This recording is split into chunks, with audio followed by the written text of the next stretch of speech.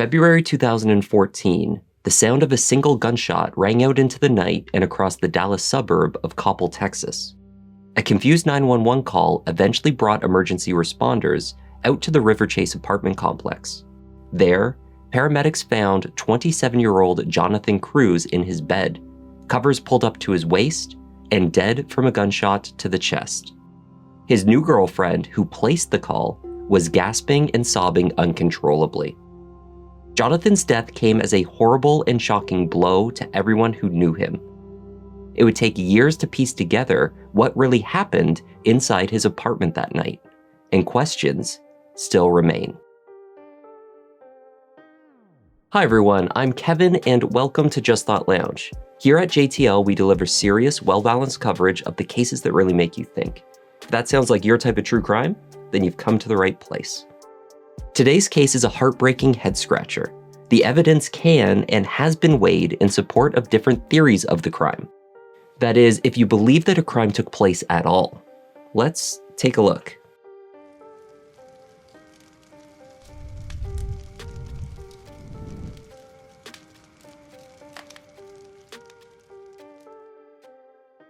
Jonathan Cruz was born in California, but grew up in Irving, Texas. When Jonathan was young, he often visited his grandfather in Montana, where he and his brother learned to shoot pistols. Jonathan had always been close to his brother and sister. Christian and his younger sister Danielle, who goes by Danny, were more like best friends than siblings. Growing up, it was a happy and supportive household. Even in his mid-20s, years after graduating Baylor University, Jonathan continued to talk openly about his life with his mother, Pam. Jonathan had studied history at Baylor University in Waco. After graduation in 2009, he moved back to North Texas. When he returned, Pam gifted her son with a new puppy, a corgi he named Ulysses. By early 2014, 27-year-old Jonathan Cruz had taken on a new role as an operations director at an urgent care clinic. With his new salary, he moved from the family home to his own rented apartment. For the first time, he was entirely on his own. Towards the end of the previous year, Jonathan had started a new relationship. For roughly 3 months, he had been seeing a friend of Danny's, a younger woman named Brenda Lazaro. The two met through the Coppell Wu Yi Shaolin Martial Arts School, where Brenda worked for a man named Henry Su as an instructor. They had not been together for very long, but it was already becoming serious between them. Brenda said she was in love. They spoke about marriage and children, she said. And Jonathan, according to friends, was always looking for his future wife. On the 2nd of February 2014, Super Bowl Sunday, a frantically sobbing Brenda Lazaro placed a call to 911. Oh my God. It was 11:30 p.m., and Brenda was with Jonathan at his new apartment. He had moved in only a week earlier. I need you to calm down. Which apartment? Please. Which apartment are you in? 813. And he's shooting himself on the heart. And he's dying right now. Brenda, who spent much of her childhood in Mexico, struggled with English verb tenses. Jonathan had, at that time, already been shot, and his girlfriend asserted that he had done it to himself. Nearly 90 seconds into the call, she tried giving directions. I don't know what the name was. I don't know what the name. Oh my God. You're at Beltline and where, ma'am? And MacArthur. MacArthur and Beltline. You know the name of the apartment complex? No, I don't know. But if you're going to the right, if you're coming north, from MacArthur, the apartments are gonna be on the right. Have any mail or anything that you can give me the exact address? No, there's nobody here. It's just me. Almost 3 minutes in, as the dispatcher is still trying to figure out which apartment complex she's in, Brenda starts repeating Jonathan's name. Oh my God. Jonathan. The dispatcher asks if he shot himself on purpose. First, Brenda shouts no, But then she corrects herself. Yeah, he did it on purpose. What did he shoot? Did he use a gun or what happened? Yes, he used a gun. Did he mean to do it? Did he do it on purpose? No. Yeah, he did on purpose. After 6 minutes, the dispatcher tells her she needs to go outside and knock on a neighbor's door. I need you to find some way to tell me what the address is. Okay. I need you to walk outside. Go outside. And go to a neighbor. Oh my God, I need you to stop. I need you to help me. 8 minutes into the call, Brenda finds a neighbor to verify the name of her boyfriend's complex, the Riverchase Apartments. And though the dispatcher tells Brenda to stay outside, she goes back into the bedroom and declares again, he's dead. The dispatcher assumes that she walked in and found Jonathan, not that she witnessed the shot. The dispatcher asks what she saw. We were just having a discussion, and we were just talking, and then he just didn't love me, and I didn't believe him, and he said he was going to prove that he was. Okay, and so what? When paramedics arrived at approximately 11:40 p.m., they found Jonathan in his bed, under the covers up to his waist, with a gunshot wound to the left side of his chest. They estimated that at that time, he had been dead for roughly 30 minutes. The bullet was from his own Sig Sauer 9mm. The gun was sitting next to him on top of his blanket to his left side. His phone was found damaged between the mattress and the box spring of the bed. Brenda's statements to the 911 dispatcher aside, the police investigated the incident as a possible murder. At the scene, they secured paper bags over Jonathan's hands and photographed the apartment. They ran tests for gunpowder residue. Jonathan had residue on the tops of a few fingers on his right hand, but none on his right palm and none on his left hand. Jonathan was right-handed. Brenda had residue on both sides of both hands and on her sweatshirt. Law enforcement found the magazine out of the gun and sitting in Jonathan's tie drawer. No police report noted fingerprints on the gun or its magazine. There was also no DNA evidence to provide any further indication as to which of the two people in the room had been holding the gun. Brenda Lazaro was questioned by police at the scene, and then again at the police station for several hours. The story she told police was consistent, but a strange one. The couple had been arguing that afternoon, and on and off into the evening. At the heart of their issues was Jonathan's longtime close relationship with a friend named Emily. Brenda was not comfortable with the nature of their interactions, and Jonathan resisted pushing Emily from his life. They had worked through the argument that night, Brenda said. They watched some TV and ordered a Chinese takeaway. She said that later that night, Jonathan brought the argument back up. At that point, she went to the bathroom. She said when she came out, she sat on the floor at the foot of the bed and checked her phone. Brenda said Jonathan said a lot of nice and sweet things to me before telling her to cover her ears. Much later, Brenda would tell Jonathan's mother, Pam, that his last words were, "Baby, I love you so much. You are my world, and I will prove it to you." She says that's when she heard the gunshot.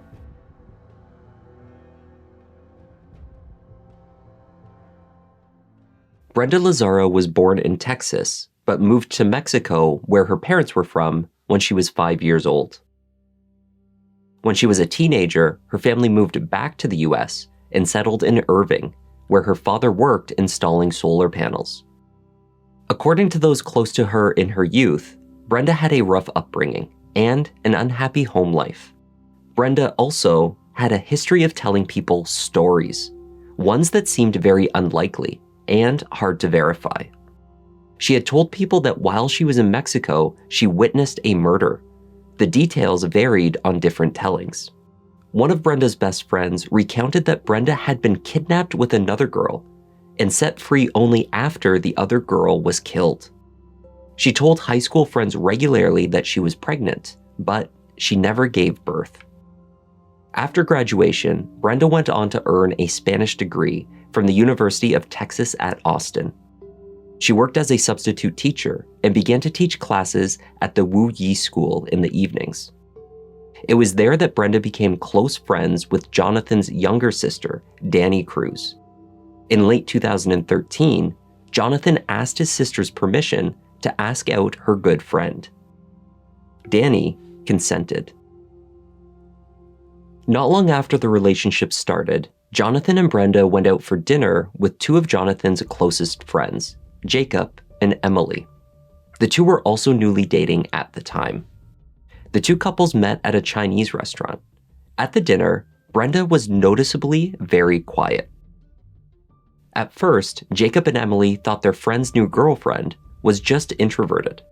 But later, they came to realize why Brenda had been so reserved that evening. Apparently, she was furious.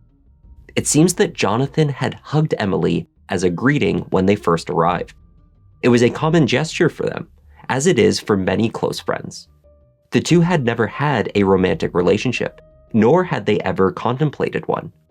But when communication between the new couple, Brenda and Jonathan, was examined by investigators, they found Facebook messages and text exchanges consumed with this incident, and with concerns about Emily in general. Brenda appeared to dwell on this interaction, bringing it up over and over again, often as they fought. Over Christmas time, while Jonathan was on a family trip to Europe, his correspondence with Brenda revealed multiple all-night arguments held via text. It seems that the couple was not moving past the hug, and Brenda was not getting over her jealousy. These exchanges eventually led to a message that Jonathan sent to his sister Danny on the 1st of February, the day before he died. He sent Danny a series of texts explaining that the way he saw it, he had 4 choices. First, fight it and try to make it better, which, he added, would probably never happen. Second, choose Brenda. Third, refuse to give up either and see if Brenda ends it. And the last, end it with Brenda now. He told Danny that the first 3 options all held a strong likelihood of ending the relationship. He concluded that breaking up on his own terms would limit or contain the damage. Jonathan apologized to his sister. He knew the breakup with her friend would negatively impact their friendship. But after examining his options, this was exactly what he planned to do. Jonathan's intent to end the relationship provided a potential motive. Jacob and Emily visited Jonathan's new apartment late in the morning of the day he died. He offered his friends a tour to show them around the new place. His guns were part of the tour. Jacob recalled that the gun that would later kill Jonathan was stored in its own space in his dresser, and that Jonathan kept it ready to go, meaning the magazine was in and a round was chambered. But that night, law enforcement would find the oily magazine sitting amongst Jonathan's otherwise pristine neckties and in a different drawer. Emily and Jacob independently confirmed to police what Danny had already told them. Jonathan had declared his intention to break up with Brenda. When Emily became aware that she was the central issue, she offered instead to step out or away from their friendship for the sake of his relationship. Jonathan refused. He could not envision a future without his closest friends in it. This seemed to be the last straw for him.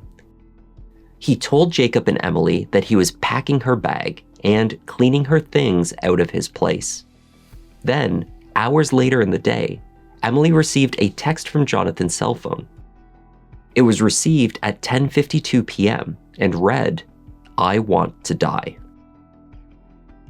Brenda called 911 in a panic 40 minutes later.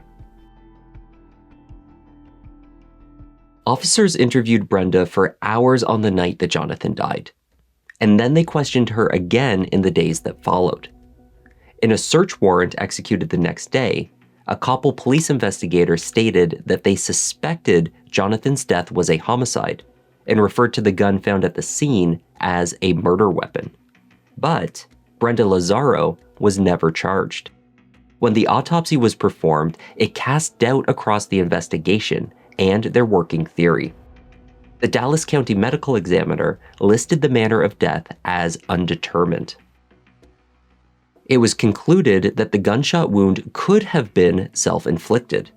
Indeed, the only witness insisted that this was the case, and there was gunpowder residue on the dominant hand of the deceased. Also plausible was a scenario in which Jonathan was shot as he slept, perhaps awaking in just enough time to reach for the gun. That may explain how gunshot residue was found on his hand. The medical examiner found that Jonathan did not have drugs or alcohol in his system, a factor that could have caused him to act out of character. The Coppell police determined that they did not have enough evidence to prove or disprove the homicide theory. So, despite lingering suspicions, the murder investigation would not continue. He said, there's a level of crazy, and I'm not sure how deep it runs, and I need to know before I can, fully commit. He was not some guy that was willing to give up everything he'd achieved and all the people that he loved for some girl he'd been dating for 10 weeks. Jonathan Cruz grew up around guns. He competed in tournaments and was well-versed, even fanatical, his family claimed, about gun safety. This made the circumstances of his death even more confusing to his family. The magazine located in his tie drawer may have been removed before or after the fatal bullet was fired. However, because the magazine was out of the gun, it's possible that whoever pulled the trigger did not know there was a round in the chamber. The Cruz family believed that Jonathan would have recognized he was holding a loaded weapon. He knew about guns. He had been trained on them for years and had even shot competitively in the past. Brenda, on the other hand, may very well have believed that the gun was not loaded. With the police investigation halted, the Cruz family turned to a private investigator, Sheila Wysocki. Sheila was already a well-known and successful PI, having made a name for herself in multiple high-profile murders before agreeing to take on Jonathan's case. One of the first steps that Sheila took was to source Jonathan's medical records. These records supported what the family already believed to be true. Jonathan had no history of depression. He had not been given any prescriptions for antidepressants or any other medications that could cause adverse side effects. He was not suicidal, and he would not, they believed, under any circumstances, have knowingly pulled the trigger. Sheila reviewed the police reports and all documentation. She interviewed new witnesses and re-interviewed old ones. She even went so far as to go undercover with the martial arts school. After a thorough investigation, Sheila concluded, not surprisingly, that Jonathan could not have shot himself. His medical records showed an injury to his right shoulder that had been acting up only days prior. The injury restricted his movement and could be painful if Jonathan stretched too far and exacerbated the strain. It would have made the angle of the gunshot very difficult at best, but certainly awkward and painful to achieve. He couldn't have done that angle without breaking his wrist. The neighbor whose door Brenda eventually knocked on for an address during that fretful 911 call believed it had been at least 20 minutes between the time she heard the gunshot and the knock on her door. She told police that night it was closer to 45 minutes. That timeline roughly corresponded to the observations of the paramedics when they arrived and found Jonathan. These responders estimated he had passed away a half an hour earlier. There appeared to be a significant delay from the time of the shot to the emergency response. As the second anniversary of Jonathan's death neared, Pam and John Cruz began talking about filing a civil suit against Brenda for wrongful death. They thought that might at least give them an opportunity to uncover more evidence. Civil cases carry a lesser burden of proof.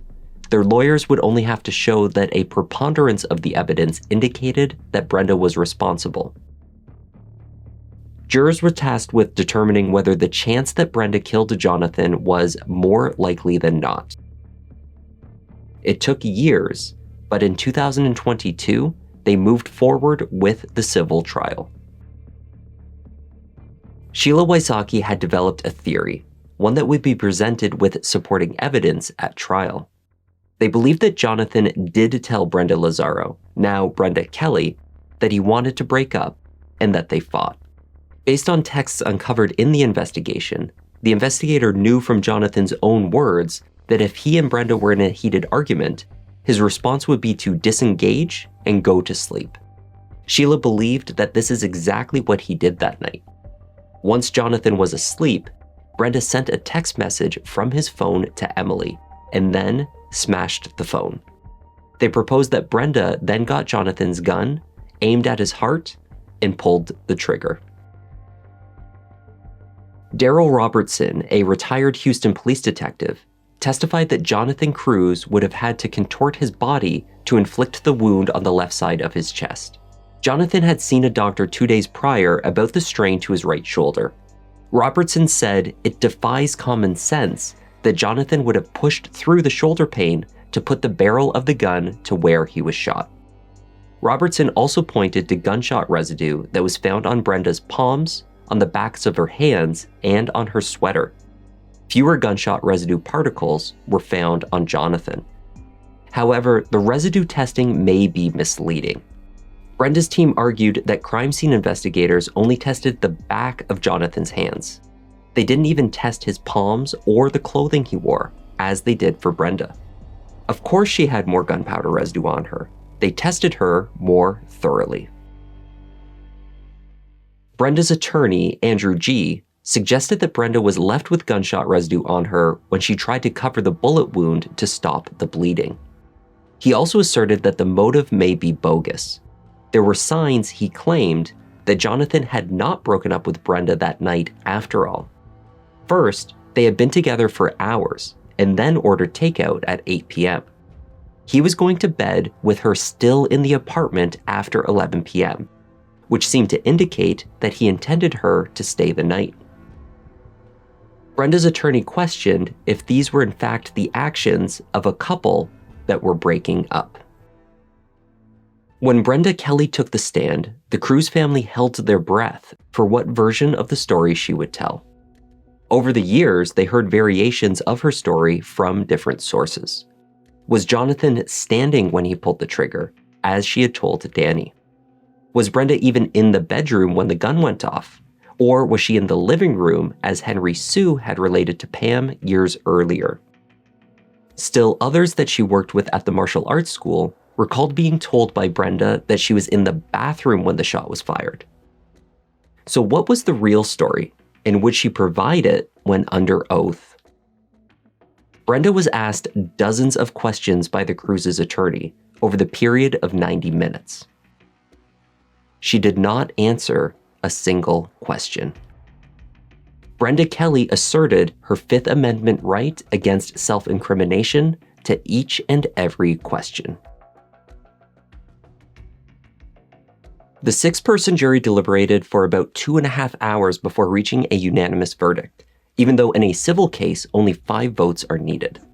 Thomas Shaw, a lawyer for the Cruz's family, asked jurors to award the family more than $129 million.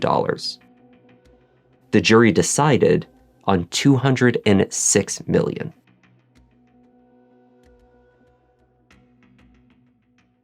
Brenda has not faced criminal charges for the murder of Jonathan Cruz. She maintains her innocence, and the manner of his death remains listed as undetermined. The private investigation undertaken by Sheila Wysocki and the Cruz family turned up evidence that was subsequently handed over to the Coppell Police Department. They have not, however, at the date of publication of this video, reopened the criminal investigation. Thanks for watching. I'm Kevin. This is Just Thought Lounge, and I'll see you in the next one.